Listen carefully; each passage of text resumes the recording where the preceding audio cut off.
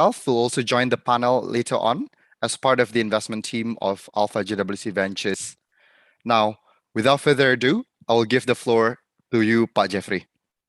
Thank you, Hassan. Glad to be on board in this Alpha JWC Alpha Leaders series. So let me share my screen. So just make sure, can you all see it? Yes. Okay. So the topic of today, let me give you a little bit of context and background about the modern consumer in terms of trends and challenges in Indonesia. This is a collaboration between Deloitte and Alpha JWC Ventures. So if you look at the Indonesian consumer landscape as it is, we're quite core in terms of what we define as key triggers in the market, as well as what affects the Indonesian consumers most. So if we call it mind, body, and soul, or body, mind, and soul, it's the heart, it's the wallet, and the mind. Normally they don't connect, but in this new consumer age, the Indonesian consumers have a new type of sentiment. Unfortunately, the economic outlook because of the pandemic is short term, as well as the employment and the income expectations. There's a lot of uncertainty. This affects the wallet, right? For intention to increase spending, how they allocate their expenditures, and willingness to rely on credit, or now the trend is BNPL, buy now, pay later, and attitudes toward financial assistance, be it the conventional way or the unconventional way. And then you have the rationale, which is the mind, right? So what are the purchasing drivers? How can we get those triggers for people to actually purchase? A lot of the consumers are looking more for value. They have become a little bit more brand loyal. And the technology savviness of digital and e-commerce, their acceleration and readiness is exponential in terms of the last year and a half of the pandemic. And they look at what are the preferred channels that they go to. And once they do the post-purchase considerations, then it's a balance again between the heart and the wallet. Sorry. So Indonesian consumers have prioritization of needs versus wants. What I categorized here is basically what is needs. So food, number one. So if you look at the Indonesians, sandang, pangan, papan. So the most important is food, be it packaged or fresh, canned. Increase in housing and utilities. Healthcare has been even more important. Education through online or offline channels. Then there's an expectancy of better internet service, personal hygiene, household and cleaning products, and to a degree, fitness and wellness. Somehow everybody started to become healthy living. And if you look at the consumer goods, beverage, non-alcoholic, of course, because it's go healthy.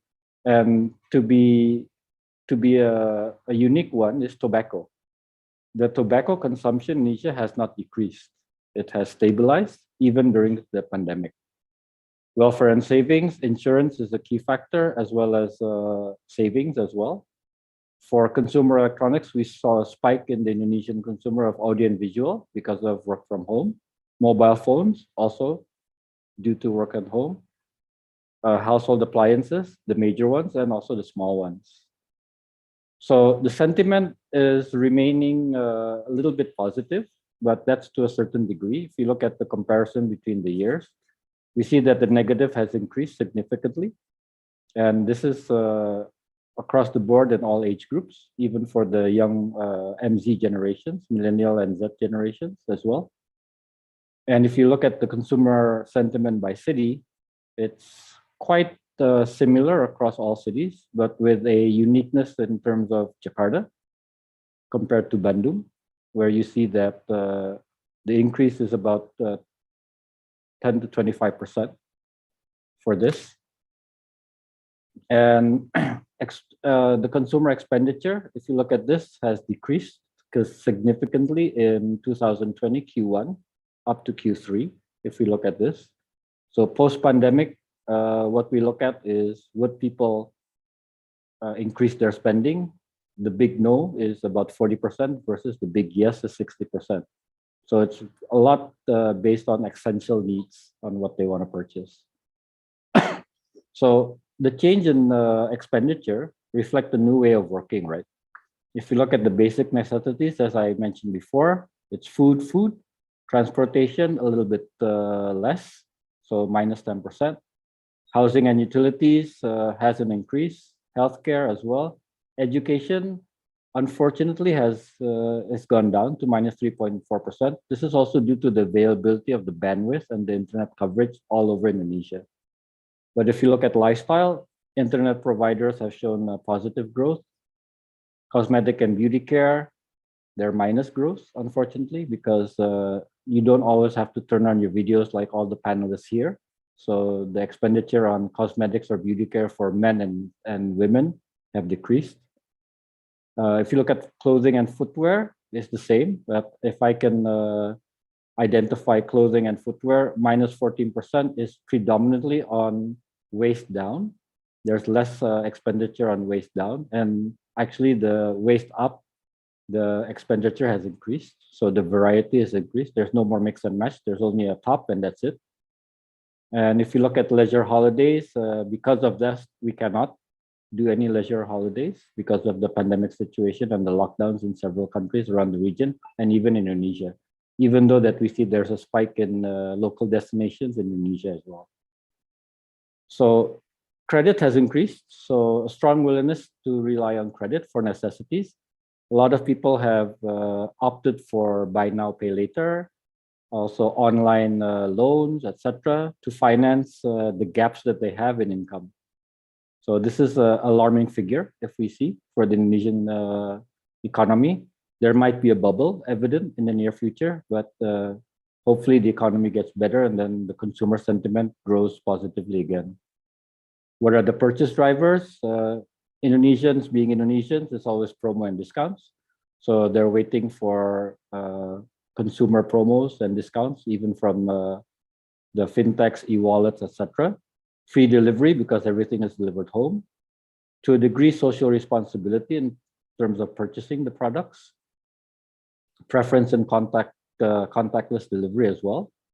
And if we see that the country of origin is less, so even if it comes from abroad, there is still not that health consciousness in where does the goods come from. Highly digital customers, this has been accelerated due to pandemic. We have seen this also in the rise of mobile phones, be it from entry level to advanced level. And this is across the digital activity by each age group. Even the age group which is 50 and above, they have increased significantly in terms of time spent on digital platforms, omni-channel platforms as well. So that's a little bit of what the consumer looks like in Indonesia. I hope that was within the time frame. Hopefully, guys. So after this, let's move on to the panel. So based on the consumer sentiments, guys, I'd like to ask Hansen first on this, right? Hansen, from your point of view as a venture capital, Alpha JWC, what verticals and horizontals does a venture capital like Alpha focus on during the pandemic? What is the key focus or the key drivers for your investments? Sure. Maybe I can give a little bit of introduction first, by Jeffrey, right? Sure. So hi everyone. I'm Hansen. I'm currently the VP of Investments in Alpha JWC. We are a venture capital fund. We call ourselves an Indonesia Plus VC fund. So that means that we focus on Indonesia, but we invest across Southeast Asia. We were established back in 2015. And up until today, we have raised two funds. The first one was back in 2015, $50 million fund. The second one was $123 million fund. And we are actually on the verge of closing our third fund. I think you might have seen the announcement of our first closing of 300 million a few months back. But the final close is near. Hopefully, it's going to be over 400 million. So yeah, I think back to the question, and I think it's a very interesting question, right? Because I think we've seen a lot of things change, especially during the COVID era, right? And I think, by Jeffrey, I think you touch upon it a little bit. I think the main thing that changed a lot is the consumer behavior, right? I think one apparent change that we see is the shift from offline to online, right? I think a lot of people now purchase things regardless of the things that they purchase, be it grocery products, be it fashion products, or primary, secondary, tertiary products, as you like to put it. We typically buy it online, right? I would assume that none of us go to shopping malls. Well, we might still go there, but at least not as often, to buy our clothings, right? We buy it probably at Shopee, right? And we probably don't go to all these electronic stores to buy our new household appliances, right? We buy it at Tokopedia, right? So I think that shift is really apparent in COVID. That I think not only the millennials but also the Gen Z, Gen X, even the baby boomers are starting to adopt the digital and tech during the COVID era, right? I think if you look at the stats, I think before March 2020, right, which is the first time of the lockdown in pretty much all the areas in the world, I think only about 30% of the baby boomers and Gen Z population are actually using the e-commerce platforms, the online e-commerce platform, at least once a week, right? Which is crazy because if you talk about the millennials, we use it pretty much on daily basis, right? And if you look at the COVID era, that number goes up more than 200%. So now it's about 60 to 65%. So that really tells you how COVID accelerates the shift from offline to online, right? So I think when it comes to the vertical that we are, looking into, well, by DNA we are, still quite sector agnostic, by Jeffrey, right? But I Yep. think in terms of our investment strategy, we adjusted according to the apparent shift that we are looking at, from the offline to online that I mentioned, right? So all the businesses, we encourage them to really have an online presence, and I think we've seen that throughout to 2020 and even early 2021, right? Businesses that typically have an online presence would survive COVID much better than the business that might not have it, right? So typically those businesses or verticals that, as you would like to call it, that have a significant online presence, that's I think what has been the main attention, not only for Alpha, but also other venture capital investors. In terms of the specific vertical, I think it's really hard to tell, right? Because I think a lot of investors, a lot of not only venture capitals, but also private equities or even strategic investors, they're still trying to predict, right? They're still trying to predict whether this consumer behavior will remain, right? Will linger after the COVID ends. And obviously we are optimists, so we are confident that the COVID will end. But the big question is that when the COVID ends, whether the behavior will remain. For example, right? I now never go to supermarket anymore. I buy it online. I buy all my groceries, fresh produce online. But when COVID ends, will I still buy it online? I don't know, right? I personally will still go back to supermarket because I treat it as a recreation, right? Part of recreation. So it's an So experience, right? You still enjoy exactly. that offline experience, Exactly. right? So obviously e-grocery has been a very hot sector in the past few months, but then obviously from the eye of an investor, we want a sustainable business, right? Not only Right. businesses that is of fat or just increasing for a period of time, but then subside later on. So I think in terms of the specific vertical, I think it's still a lot of you know question marks. Mhm. But I think, yeah, the shift is really apparent during the COVID, by Jeffrey. Okay. Thanks, Hansen. Okay. Basically, a similar question, right? Because we have Dr. Gigi Deviana Maria here from Rata, where her business is offline to online, but it's O2O, online to offline to online, vice versa, because you still need that physical engagement to an extent because it's a dentist. But during the COVID times, I know that business has been difficult for dentists because they could not accept patients, or they could accept patients with a high degree of protocol, which is also inconvenient for the patient as well. But we've seen that Rata has grown with their innovation. So, Ibu Devi, what are your thoughts on this new consumer behavior, and what was your strategy in sustaining your business, Dr. Deviana? Yes, thanks, Pa Jeffrey. So, probably a short introduction of myself. Hi, everyone. I'm Dr. Devi. I'm a co-founder of Rata, and I'm the CMO of Rata. So, Rata itself, we're the first clear aligner provider in Indonesia. So, aligner itself, it's quite a new concept and technology, especially in Indonesia, because the last time it was in Indonesia is super expensive. So I think the question is pretty interesting. The traffic to the dental or dental clinics or dental industry are slowing down because of COVID.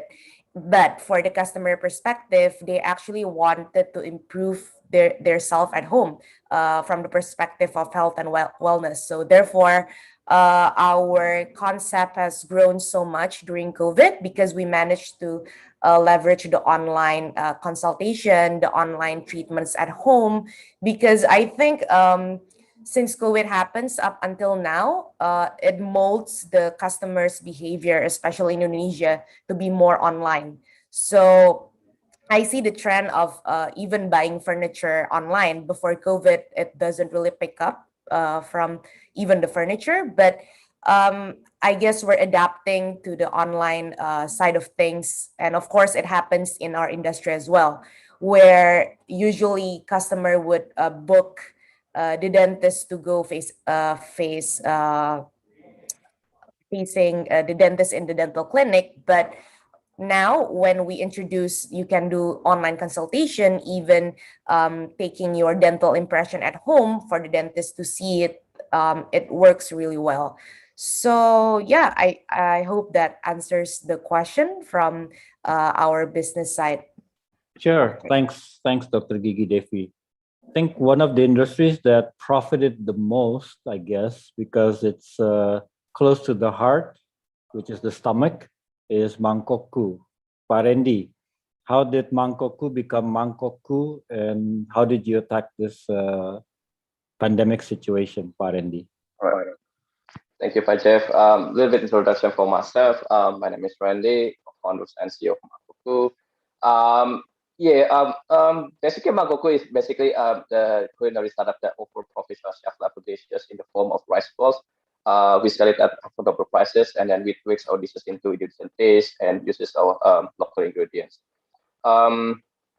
Because for the background, I think the couple problems we notice in Indonesian culinary, especially in traditional Indonesian food. When we think of Indonesian food, people always think it's dirty, it's cheap because no quality, and that's only one from many issues that we see every day from Indonesian culinary industry. So me and my partner Arnold Kipran and Kaisar decided to create a new whole concept of Indonesian restaurant that serve you clean, tasty, and of course affordable.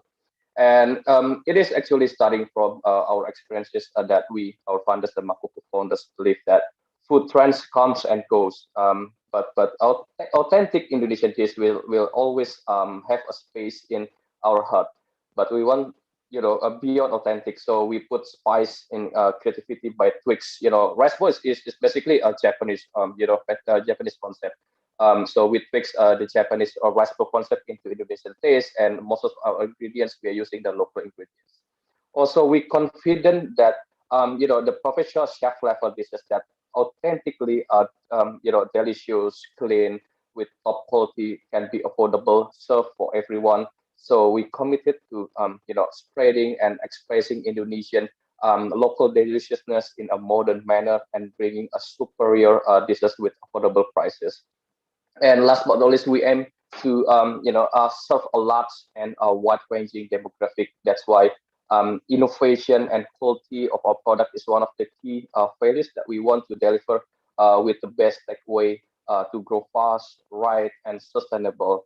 And yet we also have the segmented audience strategy while running the business. We currently try to explore and approach the younger generation by doing a lot of collaborations, with CrossFit, such as last month we collaborate with MPL Esport, and next month we collaborate with the Free Fire from Garena. So we try to engage to our majority audience, which is female, male, mid 20 to 30-ish. But we also keep maintaining our mass market audience and so on, Pak Jeff. Okay, thank you, Randy. No Very worries. insightful. I think both Dr. Devi and Randy, they adapted well to the consumer behavior change. But from the panelist point of view, my question is, what was the most significant consumer behavior change that actually affected your business, both positively and negatively? Maybe you can start from Dr. Devi. I think positively from the consumer behavior, since everyone goes online, I think it you can see from the research that Deloitte has made, they are very invested in online social media, reviews. All of them are in the online channel. So as a service industry, so our product is more of like a service as well. So positive side, we can spend more ads on digital side, which can tap a lot of customers on the online perspective. But I think the thing that we need to keep is also the reviews and 360 marketing as well from the digital side as well. So we spend more on digital marketing, competing, of course, with other big brands that knows this trend is picking up as well. Then we need to bid more budget from the online channel. So it's a plus and minus. The plus side things, it's easier to connect with your customers via online, and you can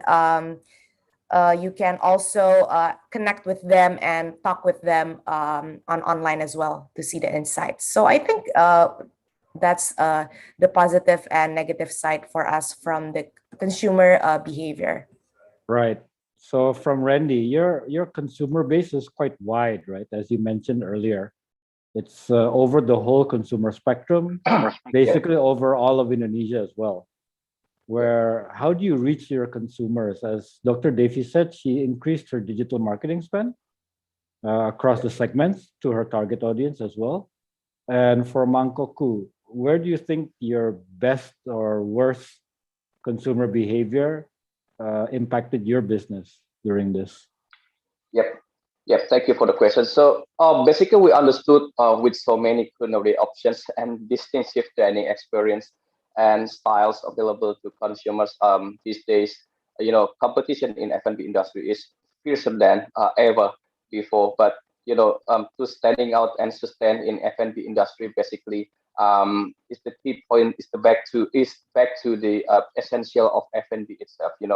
Who can deliver a consistent taste and quality and service.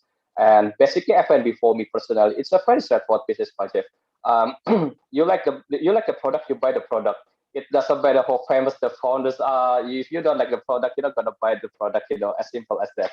And basically for Mangkokku itself, we need we need to have our own PMF. Maybe if you have the F&B business, you need to have your own product market fit, or maybe USP, unique selling point. One or two menus, it really depends up to you. So it's like the soul and spirit for your company. That's what makes you different compared to other competitors. It's very challenging, Jeff, these days. But the fact of the matter remains that taking a stand and leaving out a unique perspective is also crucial, whether through our behavior, communications, and interaction with consumers.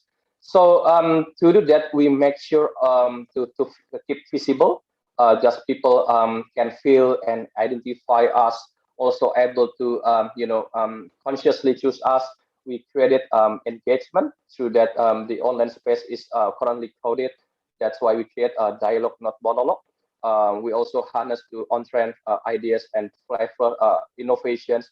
At Mangkokku constantly try to do limitless exploration of Indonesian fusion to be more contemporary and modern, created directly from a professional chef. So we have a unique value proposition as a restaurant, since we must compete on daily basis to attract patrons of other restaurants. Yeah, that's quite challenging for F&B business in today's condition, Pak Jeff. Thanks, Parendi. Okay, everybody's increasing their spend, and everybody's asking more money from the VCs, right? So from a VC point of view, how do you filter, assess, and analyze? Because of course, digital marketing spend increases. You have also certain startups that engage with key opinion influencers, key opinion leaders, community-based or social commerce-based engagements. Of course, this for the startups that Alpha JWC invests in, you're faced with a chicken and egg, right? You want to scale, you want to sustain, but there's a cost of investment that needs to be balanced with that. How do you navigate or orchestrate this from a venture capital point of view, Pak Hansen? That's a very interesting question, by Jeffrey. I told Yeah, you it's so not I going to think be easy. yeah, so I think it's interesting because the COVID, as I mentioned, right, it also changes the investment strategy of a venture capital. Well, I mean, I need to highlight that, obviously for an investor, the investment strategy needs to keep changing, right? So the saying that the only way to stand still is to actually change really applies in the investment world. But I think one of the biggest or few of the biggest changes in the strategy that we do is that number one, we we tend to suggest our portfolio companies to recalibrate their expansion strategy, right? So I think this is probably the only moment where a VC investor would tell their investee to, what, let's just stop for a moment, rethink of our strategy on how we best spend our money, right? And this is especially true during the first few months of COVID, right? Because everything was dark, it's very unpredictable. I think it was the wisest decision to, really halt the growth and rethink of the spending strategy. And number two, I think, is the increasing importance of unit economics, right? So especially in the consumer and retail business, by Jeffrey, I think from the eye of VC investor, unit economics is very, very important, right? Because it's different to the typical tech startup that we saw, for example, e-commerce. People are valuing the e-commerce business at a very high valuation, even though they're burning a lot, because mostly they're burning on promos, discounts, just to get the customers. Right. But all these promos, discounts are actually under their control, right? So they can stop it tomorrow if they want. Well, obviously it will have impact on the demand, but they have control over it. While for consumer and retail businesses, most of the cost items are I would say semi-fixed, semi-variable, right? For example, Randy, for example, you cannot decide not to pay rental tomorrow if you want, right? You have to pay it. You cannot not pay your utilities. You have to pay it regardless of the demand. So that's why the unit economics is very important, because for a consumer and retail business, even from the moment that where we are assessing it and we investing it, they have to make profit at least at the outlet level, right? Or if it's not using physical outlets, at least per unit basis, it has to be profitable, right? Right.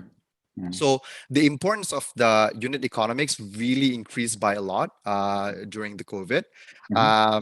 If you would put weight on this criteria in terms of investing, I think it's now the number one most important criteria, at least from the eye of Alpha JWC, right? I think last but not least, I think we are thinking longer term, right? As I mentioned, we are expecting another change of customer behavior after the COVID ends, right? So what we are seeing today might not be the case next year or 2 years from now, right?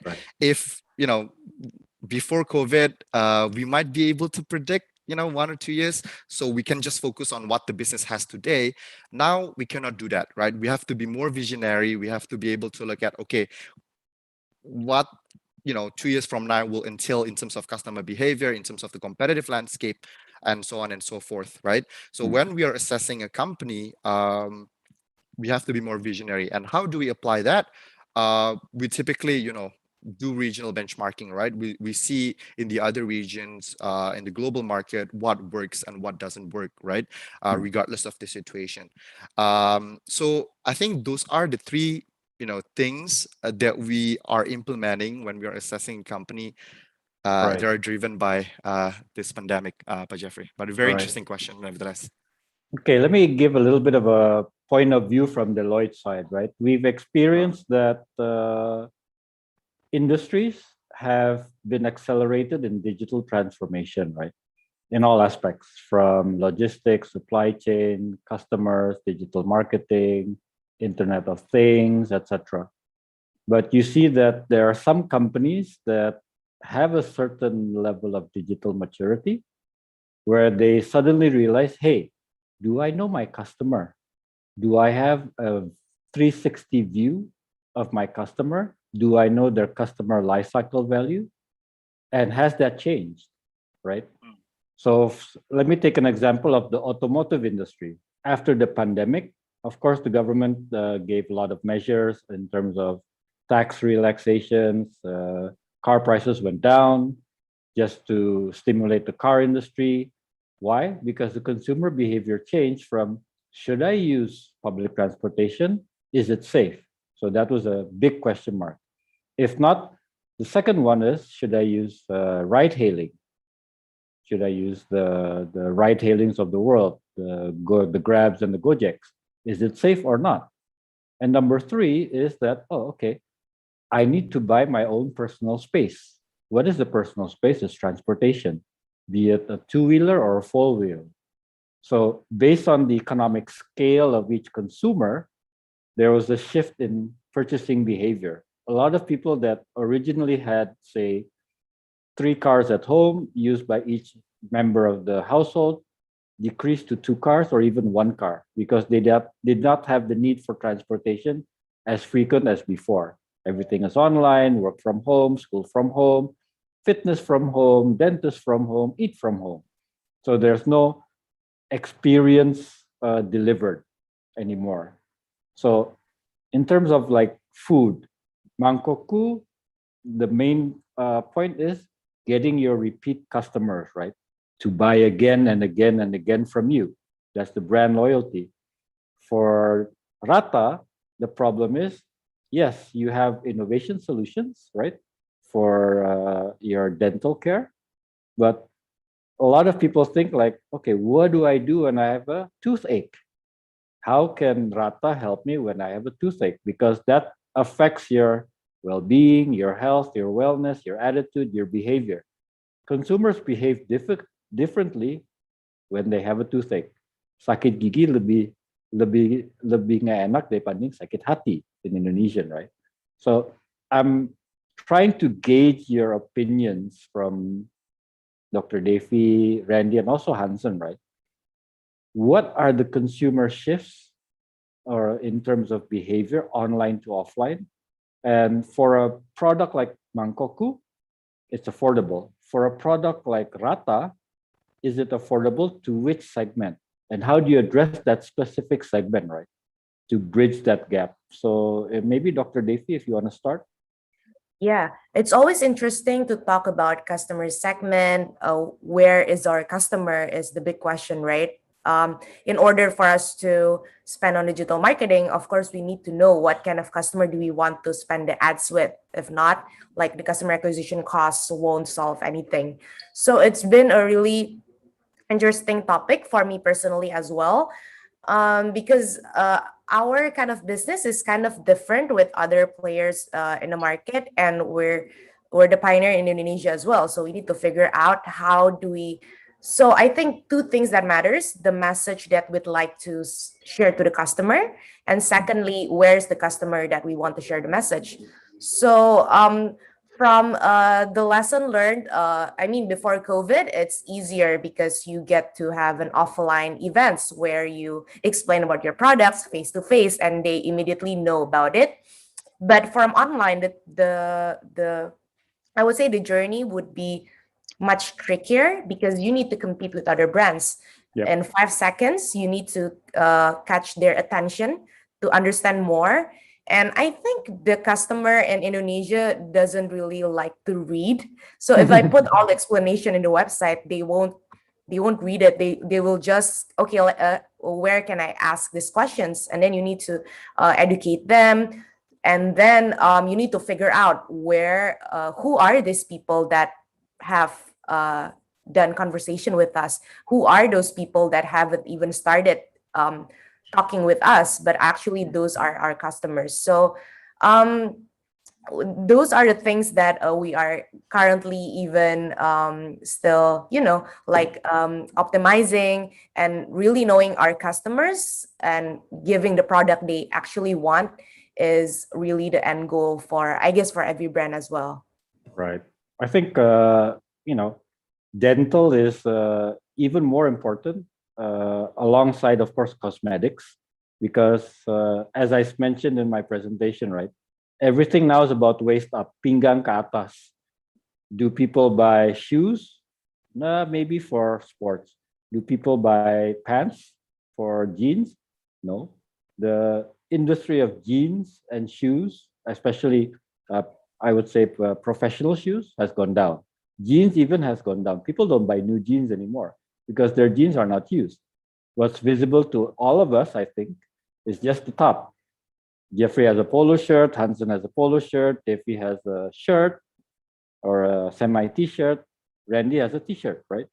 So what is underneath what you see on the visual is insignificant on the consumer side, but your face, your teeth, if you smile, etc., becomes more evident. But in terms of Mangkokku, how do you get that repeat order? Because of course, me from a consumer point of view, I have my go-to foods, right? When I said go-to foods, I have my favorite foods, but I don't order my favorite foods every day. Maybe every week, but not every day. So how do you keep that customer life cycle value going, Pak Randy and Mangkokku? Because I know it's very difficult to do because people like variety, right?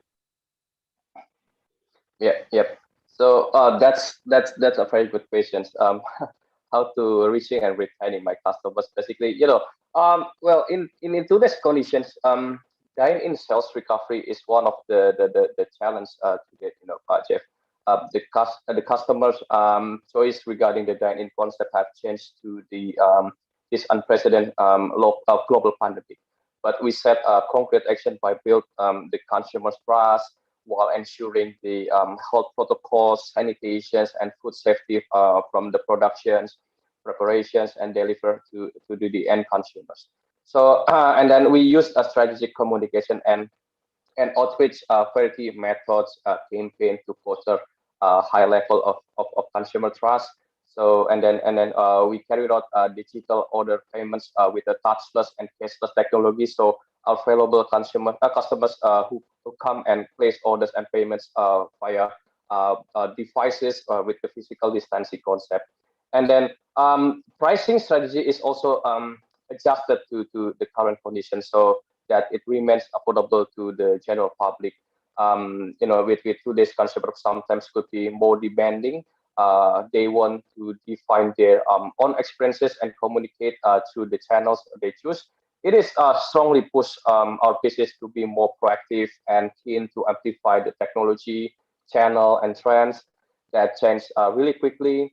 So we fully optimize the online platform channels by creating or joining the special campaigns, with the online platforms such as GoFood, GrabFood, Shopee Food, and Traveloka Eats, and etc.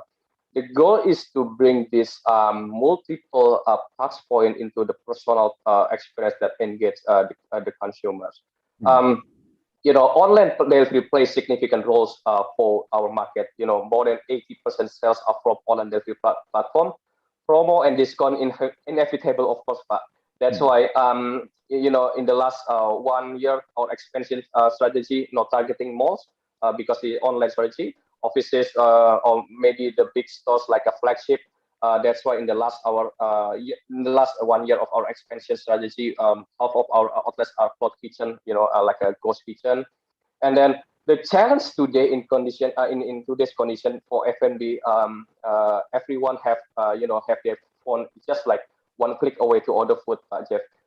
Social media also plays significant roles in our business. Great food, people take a photo. Ugly food, people take a photo. So therefore, we need to very careful with our R&D, packaging, and quality and service. And then product innovation, of course, is very important. Collaborations will be the key long-term strategy for Mangkokku. And then we collaborate with big figures and other brands to create a new menu, collaboration project, and for our brand awareness and exposure, because this challenge keep us to be innovative and creative to explore more in order to grow. This online focus strategy help us ourselves to keep up pretty good numbers, Jeff, during this second wave of pandemic of COVID-19. Okay, thanks, Randy. Based on this, right, everybody is, when Hansen mentioned that, okay, it's time to regroup, take it easy, calm, slow down. What is your key focus on the portfolios that Alpha JWC has, right? But, if like looking at the landscape, right, for every challenge, there's an opportunity. So the challenge is the right time to capitalize on this opportunity that you have. If you see that niche in the market, that gap, that loophole, go for it, right? But this needs investment sometimes. And most of the startups that does not have the liberty of having venture capital or collaboration, they need that ecosystem for collaboration where Mangkokku has, Dr. Devi also probably has. How do you maximize that ecosystem within the portfolios of each and every business that you have invested in from an Alpha JWC, Hansen? Do you promote that collaboration? Do you okay, everybody in the stable, let's work together and cross-promote? We create a closed loop ecosystem where we benefit from each other. What is your view on that, Hansen? Yeah, I think that's a great question, but maybe I also want to address, also the first part of the question, by Jeffrey. Yeah. I think it's indeed, a tough situation, right? During the COVID, the past 12, 24 months. But I think if you look at the facts, it's actually very interesting that the number of startups, but also the number of startups that got investments actually increased from 2019 to 2020. And we are expecting another increase in 2021, right? So I think when you said that there's always opportunity in times of crisis, that's absolutely true, right? I think we've seen that a lot of founders actually find, the loopholes that nobody saw before, right, during the COVID, and they built something to solve that issue, right? And in fact, actually, the COVID sort of acts like a natural filter, right? Businesses that don't, that lack of strong fundamental that typically got swept away, but the businesses that actually survive, these are the businesses that we know that already have a very strong fundamental, right? But I just think it's a very interesting saying of yours, say that there's always opportunity in times of crisis. We've really witnessed that in the past 12, 24 months. Now, coming back to the second part of the question, right? So yeah, I think from our perspective, I think we always encourage such collaboration. We always look at all our portfolio companies as one family, right? One ecosystem that should really be a growth hack to each other, right? I think you're absolutely right that during this pandemic, I think the endeavor to see such collaboration between companies were increasing more than ever, right? And I think the great thing is that the collaboration that we saw the past 12, 24 months is not only limited to simply benefiting the portfolio companies, but also benefiting the society, right? Just to put as an example, one of our portfolio companies called Beni Baik, which is a crowdfunding platform. They actually started out a crowdfunding, obviously for the COVID purposes, to help those who are affected by the COVID. And actually, a lot of portfolio companies of ours are actually also donating through that program, right? I think it was very, relieving, and is very nice to see how our portfolio companies can collaborate not beyond just making profit, but also giving more and giving back to the society, right? But I think in general, from Alpha, we are always trying to connect all our portfolio companies to the right partners. And in fact, we don't only look at our portfolio companies, but also our network beyond our portfolio companies, right? Because sometimes our portfolio companies, they might need connection to government institutions, for example, or even conglomerates, for example, right? For a strategic partnership, we are also more than happy to make the connection and even facilitate the discussion, right? So yeah, I think such collaboration is indeed our number one priority, Pak Jeffrey. Got it. Thanks, Hansen. Devi, what ecosystems have you accelerated in terms of driving Rata's business during this pandemic? Yeah, so I guess thanks to Alpha GWC as well, we as founders, so even before COVID, they actually have like gathering of the founders so that we can get to know each other and see where we can support. So from our side, we actually see the chance of giving employee benefit. So Alpha GWC has a lot of portfolio with a lot of employees inside as well. So we see that as as an opportunity for us as well. Hey, why don't you give dental services as an employee benefit? So we actually work with co-founders in Alpha's portfolio to offer those kind of things. And of course, from the customer side of things, we have collaborate with Beni Baik. We collaborate with Sayur Box and Style Theory, and we haven't done with Mangkokku, maybe after this event. But yeah, I mean, Alpha GWC has given us a platform for the founders to connect. And of course, if we need to be connected, not just with other founders, but especially for investment, they are very helpful in connecting us to investors as well. Right. So Thanks, Mangkokku, Devi. Mangkokku, how you need to connect, man, with Rata, because everybody's on the game. So what do you think? What's your ecosystem that's your main collaboration right now? I think F&B business is quite simple, pretty straightforward, Pak Jeff. I think we collaborate with Tiny Hub at Hansen. I think Alpha GWC introduced us to the founders, the Tiny Hub founders, to supply us some of the raw ingredients and then the materials for our Mangkokku, rice, beef, chicken, egg, or even the chicken skin. Chicken skin is good. Yeah, and then also we collaborate with Beni Baik to support the I think the hospital, and then we try to send the rice bowl.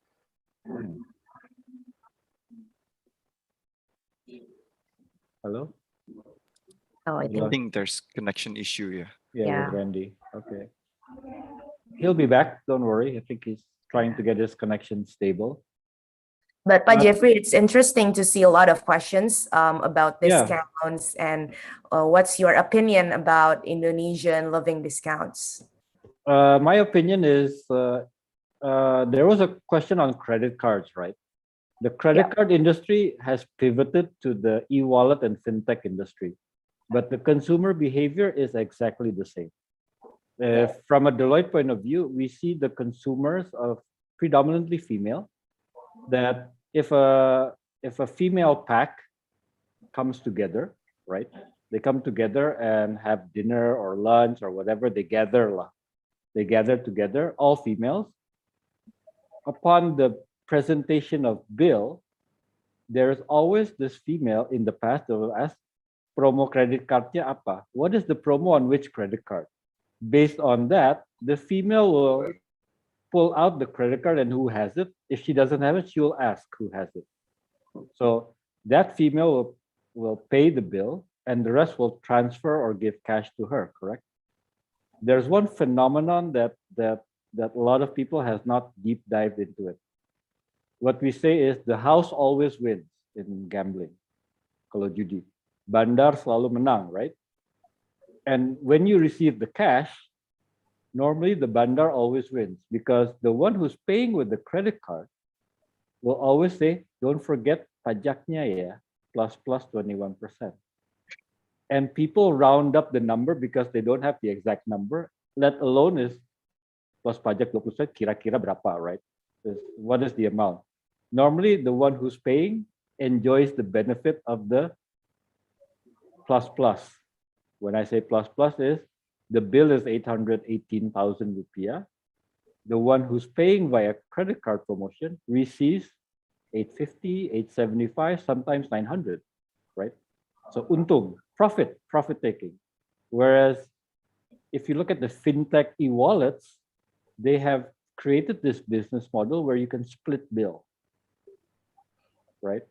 But even that, people or the women still have this tendency to ask, what is the promo if I pay with OFO? Because not everybody has a big balance on OFO, GoPay, Dana, Link Aja, etc. So the person with the biggest balance will opt to pay because she gets cashback, point rewards, etc. The CRM business model of this. So when I see what is the comparison between credit cards and fintech, it's very easy. It's the same consumer behavior in a different manner, totally in a different manner. So the other unfortunate part of this is the buy now, pay later. People forget it's buy now, but you still have to pay later. And pay later has a percentage that you have to pay if you're late, right? It's same like a credit card. In my time, I prefer Amex because it's not a credit card. You have to pay the full amount at the end of the month. So there's no revolving cash going on. But on a credit card, you pay the minimum, you're fine. Buy now, pay later, same thing. You forget, baru satu hari, 1 day, 2 days, but the accumulation comes into play when you pay much later. So buy now, PML is benar-benar PML. You pay much on a later time. So that's my point of view on that question. But like Rata and Mangkokku, you also work together with e-wallets, right? What is the SLA when a customer pays through a certain fintech e-wallet platform? What is the turnaround time that you actually get the cash in your bank account? Because that affects your day-to-day operations as well, right? Yes. I think coming from our side, we don't really use much of e-wallet. Maybe Randy can share more about that. But from our product price point, there are actually a rise of people who wants to pay with cicilan tanpa kartu kredit. And of course, cicilan kartu kredit. So looking at the customer behavior, I agree with Pak Jeffrey. It's usually the mother or the woman that has a lot of collections of credit card. They will ask, mana yang bisa cicilan 1 tahun atau 24 bulan. So for business point of view, we need to cater to that, right? So it's a product market fit of a payment plan. And of course, those are there are a few peoples that don't really use credit card. So like me, I only have one credit card. It's for Netflix, Spotify, and other things that require. And those people sometimes ask, do you have any other payment plans, such as cicilan tanpa kartu kredit, or can I pay installment with you, but I want to pay directly to you. So therefore, our service line, we provide aligners. Since we do have our own production in-house, we managed to separate those products into like, okay, if you pay, then I'll send it to you. So those are the stuff that we have adapted to the consumer behavior as well. Because I see the trend as well within my friends. We have the money to buy, but it's just easier if we do installments, such as bags that are 5 million. I assume it feels better if we just install it because we don't feel like 5 million upfront, but it's like a couple of 100,000 per month. So, but what happens if you forget, Dr. Devi? Well, yeah, that's the thing though. But I think for a customer looking from our customer behavior, they're like, Oh, it's okay. I mean, if I forget, then it's only like 10% of what I need to pay per month, let's Right. say. Right. So, but for the installment that they make directly to us, we need an extra amount of people to remind them if you don't pay, then your teeth won't move because we won't send you the aligner, so your teeth won't move. So, Right. yeah, those are the consumer behavior in our market. Right. Great. I And think yeah. I think that gives a perfect segue to our Q&A session. Yeah, by Yes. Jeffrey, Devi, Yes. and Randy. I think we have tons of questions on our Q&A box already. So we might not be able to answer all the questions, but I think I will select some of the most interesting ones, and I will select and I'll also choose who to answer. So please be ready. So the first question Devi and is, Randy will answer. Devi and and Randy will including you, Pa Jeff. So the first question is, where do I send my pitch deck to Alpha JWC Ventures? You can send it to Oh. Hansen at alphajwc.com. A little bit of promotion there, but it's all right. So the second question is, this one is interesting. In F&B sector, how do we know our customer behavior? Hmm. Maybe, Randy. and Yeah. obviously, Randy, you want to answer this one? Okay. Basically, before you, if you want to know the consumer behavior, you need to have, you need to have the business model. What kind of F&B business that you want to start, But basically, the first thing you need to have the purpose of the business. What kind of F&B? Indonesian food, Chinese food, Western food. Is it snacks, beverage, or what? So you need to have the purpose of the business. If it is, a drinks, beverage, you need to have what kind of beverage that I want to make. Is it Indonesian beverage or boba or what anything? You need to have the purpose of the business, and then you need to have the problems. For example, like Mangkokku, we saw some problems, like that I mentioned before, in culinary Indonesia. Indonesian traditional food. It's cheap but no quality. That's one of the problems that we want to tackle. And then you need to find the solution of the problems, guys. That's why Makoku create the chef level dishes, but still affordable to the market. So everyone in the market, class B and C still can afford the price.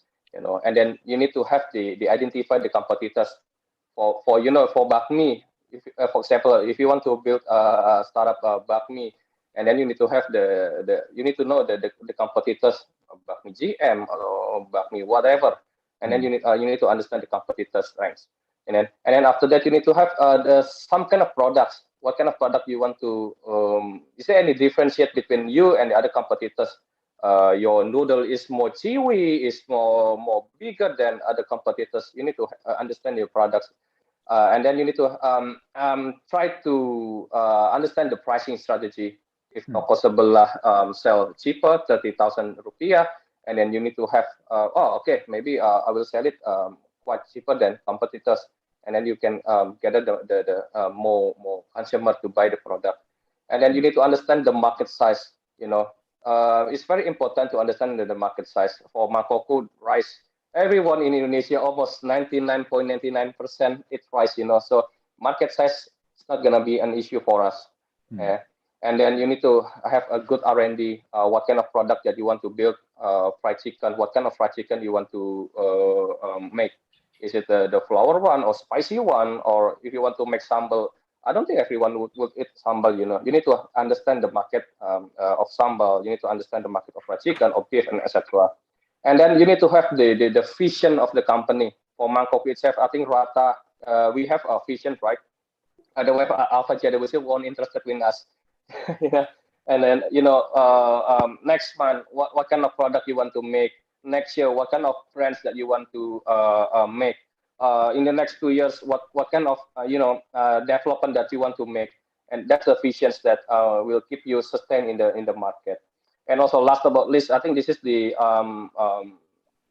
I think it is the exit plan. I guess exit plan. If this plan, if this concept, if this strategy not survive, what kind of strategy next? It's very easy.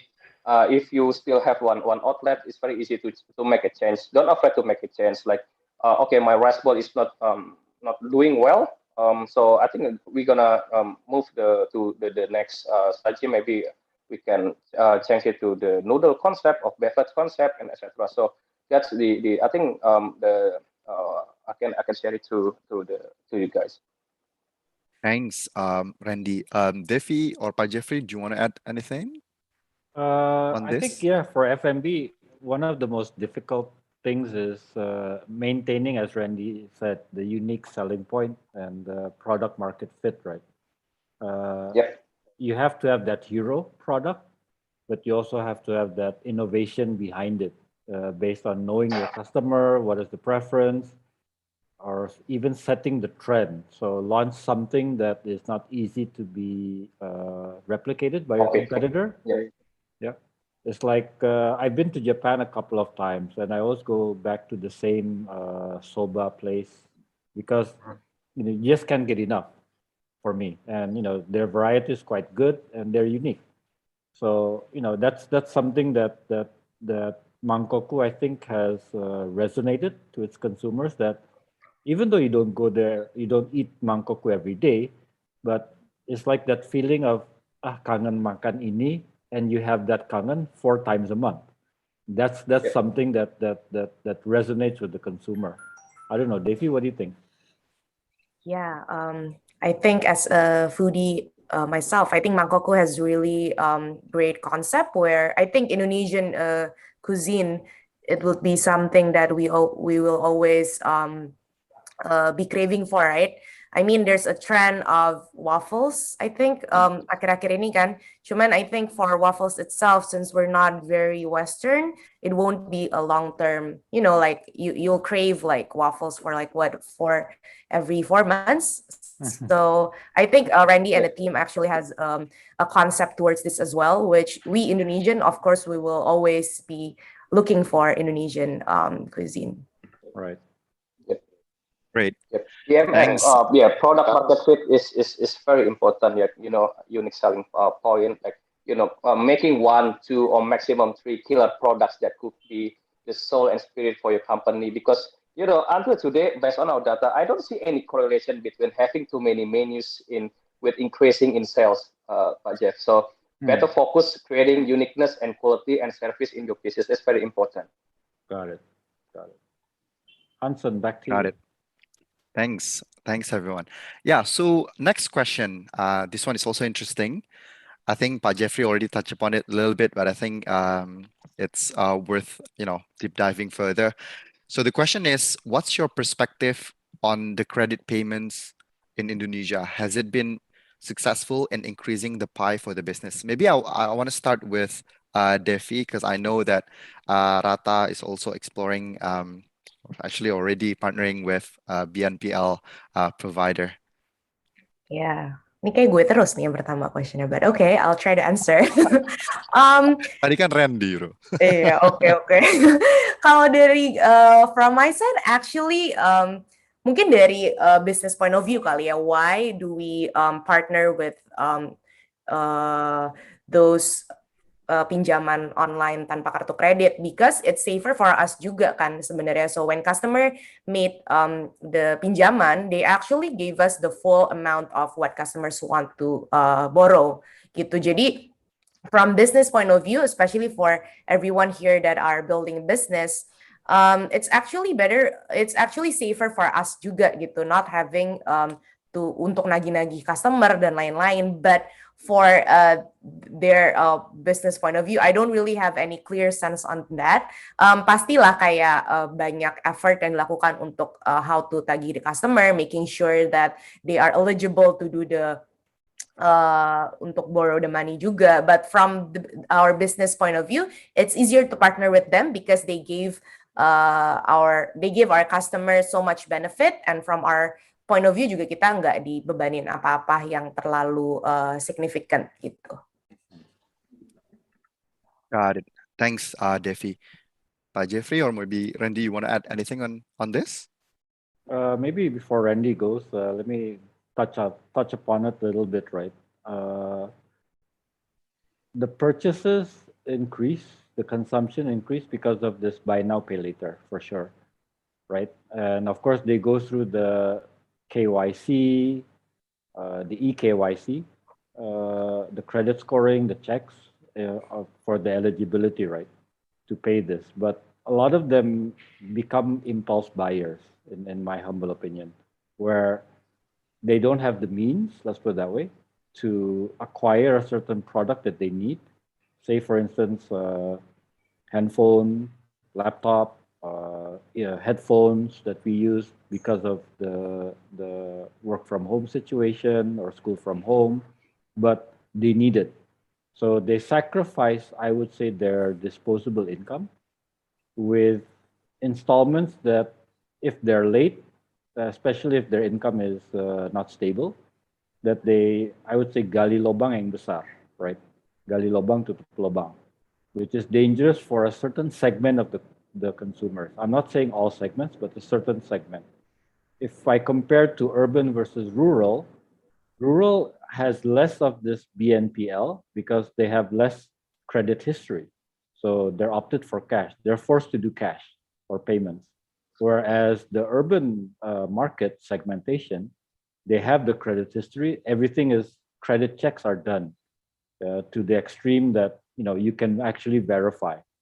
So the incidence of this phenomenon, I would say, is very relevant for urban, but less relevant for rural because they don't have that credit scoring in place. They don't have that credit history.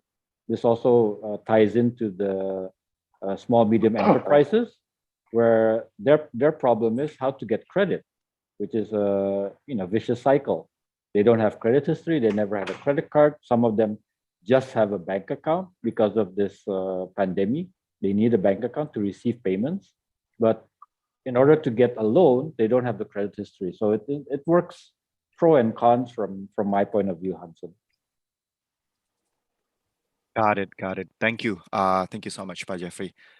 Randy, do you want to add anything, or should we move on to the next question? Yeah, I don't think this question is quite relevant for Mangkok itself. But if I want to add, yes, we work together with a system payment with the GoFood, GoPay, OVO, Link Aja, Dana, Shopee Pay, I guess. Yeah, yes, we try to joining special campaign with them. The goal is to bring this multiple touch point into the personalized experience to engage the consumers. Yeah, it's quite like one click away today, where everyone, if want to eat something, and then you can open your ordering system, ordering platform, and then just order. It's quite simple. But the main point is to keep access in all the platforms, so consumers is easy to access the product of yours, Hanson. Got it. Got it. Thank you, Randy. So the next question is, what do VC investors look at when assessing retail and consumer businesses? So I think I can I can definitely take this one. So yeah, I think we look at different things, right? When we're assessing a business, but I think um, in general, I think there are five things that we typically, put our highest focus on. Number one is obviously the founder, right? Or the founders, if the case may be. So obviously the founders, they're going to be the one who's going to run and execute the business. And I think founders are even more important when we are looking at an early stage investments, right?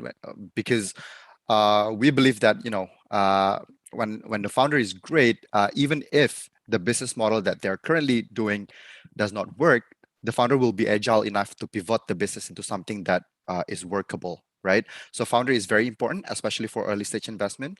The second one is the market, right? Is the market big enough to breed a highly scalable business? And I think this is closely related to the target segment that the business is focusing on, right? A lot of people are targeting the mass market because obviously on the surface it looks big, right? But I think one thing that we have to remember is that with the mass market, the competition is also much more crowded, right? I think Randy also mentioned about that. A niche segment might also sound small in the beginning. But if it's a big enough niche and it's something that the business can take 20, 30% market share of, it's actually still super attractive for a VC investor, right? And the third one is the product, right? In the end, when we talk about consumer and retail, It doesn't matter how big the market is. If your product sucks, it doesn't sell, right? You might be able to get consumers try your products through discounts and promos, but they won't come back, right? While these repeat customers are actually the more important metrics for retail and consumer businesses. And particularly for food or fashion businesses, product, or more specifically product development, is even more important. Why? Because the product life cycle is typically shorter, right? For example, 2 years ago, I think we would wait in queue for hours to get a pair of Yeezys, right? Today, it's no longer the case, right? Last year, everyone is using cream. Today, serum is the new big thing, right? And today, I think, as Devi said, everyone is craving for truffle. Next year, we don't know, right? So it's very important to keep inventing new products. The fourth thing that we look at is, again, as I said before, unit economics, right? And especially for retail and consumer business, the unit economics is very important because most of the expenses are typically beyond your control, right? It's semi-fixed, semi-variable. And last but not least is the execution, right? I think here in Alpha, we always believe that idea is cheap and execution is gold, right? Execution is key. And simply put, you can never blitz scale a business if the execution is poor. And I think from all these five things, product and execution are the ones that are most closely related to the founders, and that's why I really applaud both Defi and Randy here for what they've done with their respective businesses in the past until today, and they've really shown that they're a product and execution master. So yeah, I think I don't know if Jeffrey, Defi, or Randy, you want to add anything on that, or we can move on to the next question. That's your space, Hansen. Yeah, I think we can move on to the next question, right? So this is for Pak Jeffrey. Why do you think that digitalization transformation is being lagged to be adopted, especially by the healthcare industry in Indonesia compared to the other country? Other sectors, right? Other industries. Sorry, other industries. Yeah. Yeah.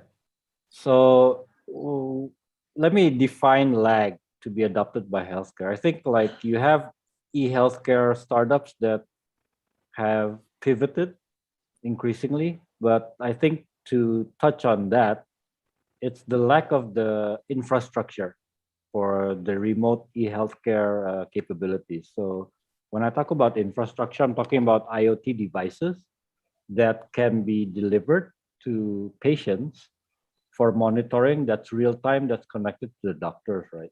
I think in other industries, that's less of a hassle. I think this resonates also with Dr. Devi as well, that, how can you look into a mouth of a patient through a Zoom? It's like mind-boggling. How can you do that?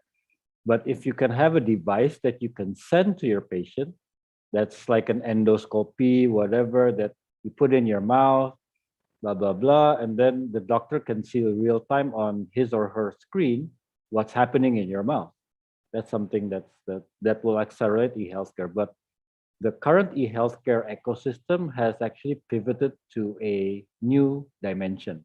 When I say new dimension, speaking from experience, right? I go to the doctor, I have a cough, blah, blah, blah, before COVID. After COVID, you have a cough, everybody's labeling you, kena COVID ya, kena COVID ya. No, but for me, the doctor says, Pak Jeffrey, kurangin rokok, reduce your smoking, right? Okay, here's some cough syrup and some medicine you can get at the apotheke, blah, blah, blah. You take it, what does Pak Jeffrey do? On the way to the parking, he lights up a cigarette because he cannot smoke in the hospital, as simple as that. Does the doctor know of that? No. Right now, doctors have visibility on patients' lifestyle. How do they do it? Connecting to GoFood. That's why Gojek invested in an e-healthcare, correct?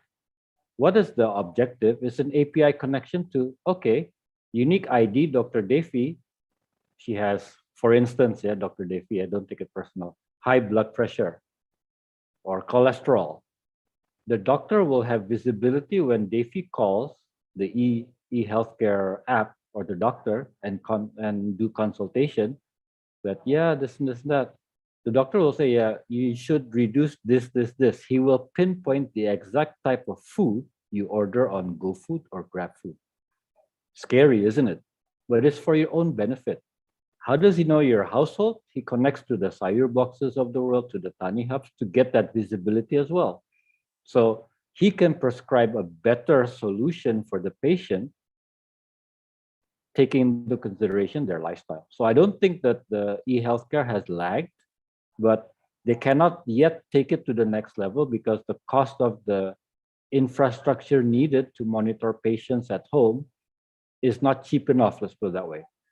And it's a very high risk in terms of wear and tear, transportation, sending it to the patient, say 1 day before or 2 hours, blah, blah, blah. So I think that's the only reason that the healthcare is not scaling as fast compared to the other industries. I hope that answers it, Hansen. Yeah. Thank you. Thank you, Pak Jeffrey. Now, I think the next question is pretty interesting. And I think this one is for Randy and Devi. Will offline presence still be relevant to your business in the future? Maybe Randy, you want to start? Yeah, definitely, bro. Definitely. For F&B perspective, yeah, I know online delivery. Like I've mentioned before, 80%, more than 80%, from our data is from online delivery, such as go check, Grab, Traveloka, and also I think we have a Shopee Food. Yeah, yeah. But I think yes, the numbers of dining experience also after we have PPKM in Indonesia, right? PPKM level 1, 2, 3, and 4. So nowadays in Jakarta is level 2 already. If I'm not mistaken, yeah, level 2. So yeah, Yeah. the numbers of dining experience is increasing like crazy. So people is very very longing for dining experience. In Mangkokku itself. We see some increasing in dining experience in our flagship outlets, like a standalone outlet in Ruko, in malls, and in offices and flagship. And I think for after the pandemic is over, I think people will go back to the normal behavior, such as dining experience. But with of course in F&B business, we try to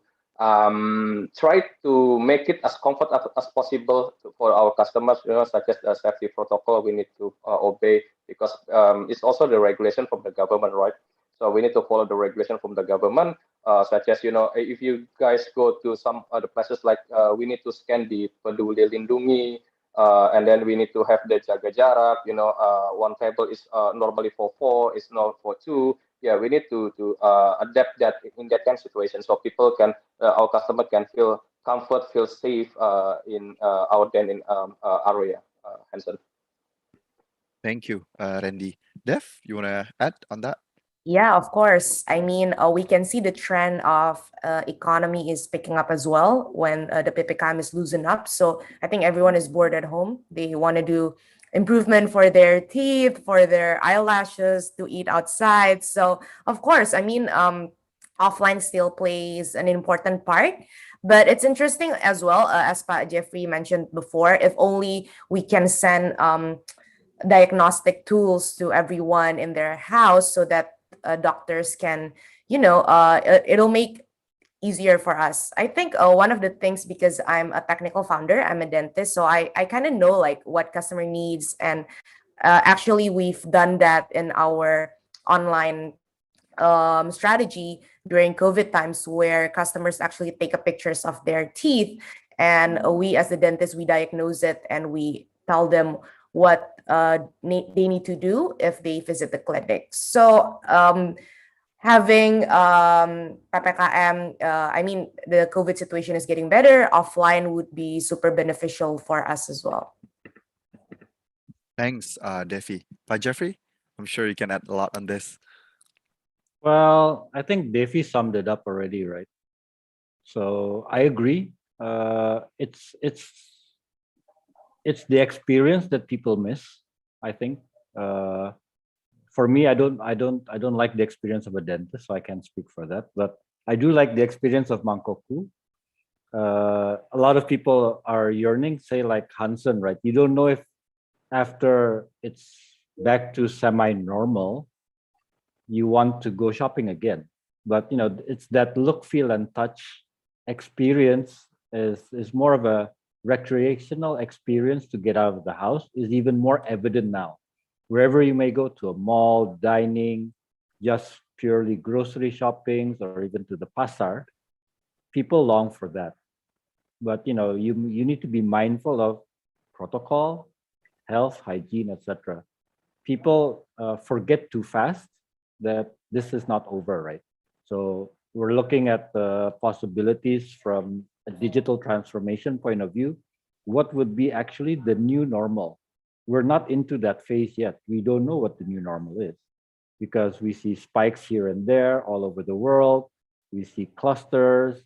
We see that Singapore is still on lockdown, circuit breaker, those type of stuff. Dining is 2 people. You do that to Indonesians, either you dine or you don't dine. Indonesians don't dine 2 people unless they're pacaran, right? Or husband and wife. But normally it's minimum 3 to 4 people together. So even that was a big hassle in terms of getting that experience back. But I'm very, very mindful that you cannot shift the offline experience fully online. I get that. But how can startups like Randy, like Devi, create that experience through maybe rich media, videos, short videos? You have Reels, you have the YouTube, you have Insta Story, Facebook Story, all those stuff that customers, it's a quick 60 seconds, they can look at it and get that feel back. Got it. Thanks, by Jeffrey. Yeah, maybe also just to sum it off, I think since the question also has the second part, which is from the eye of investor, how do we look at it? I think it's 100% aligned, right? I think, as I said, I think we are all optimists, right, that the COVID will end. So I think the offline, part of retail and consumer business will still be there, right? And it will still be a key aspect to the business. And I think we've been, talking about the O2O for the longest time, right, in Indonesia. And it's funny actually, because in the past, it was the offline that is already running.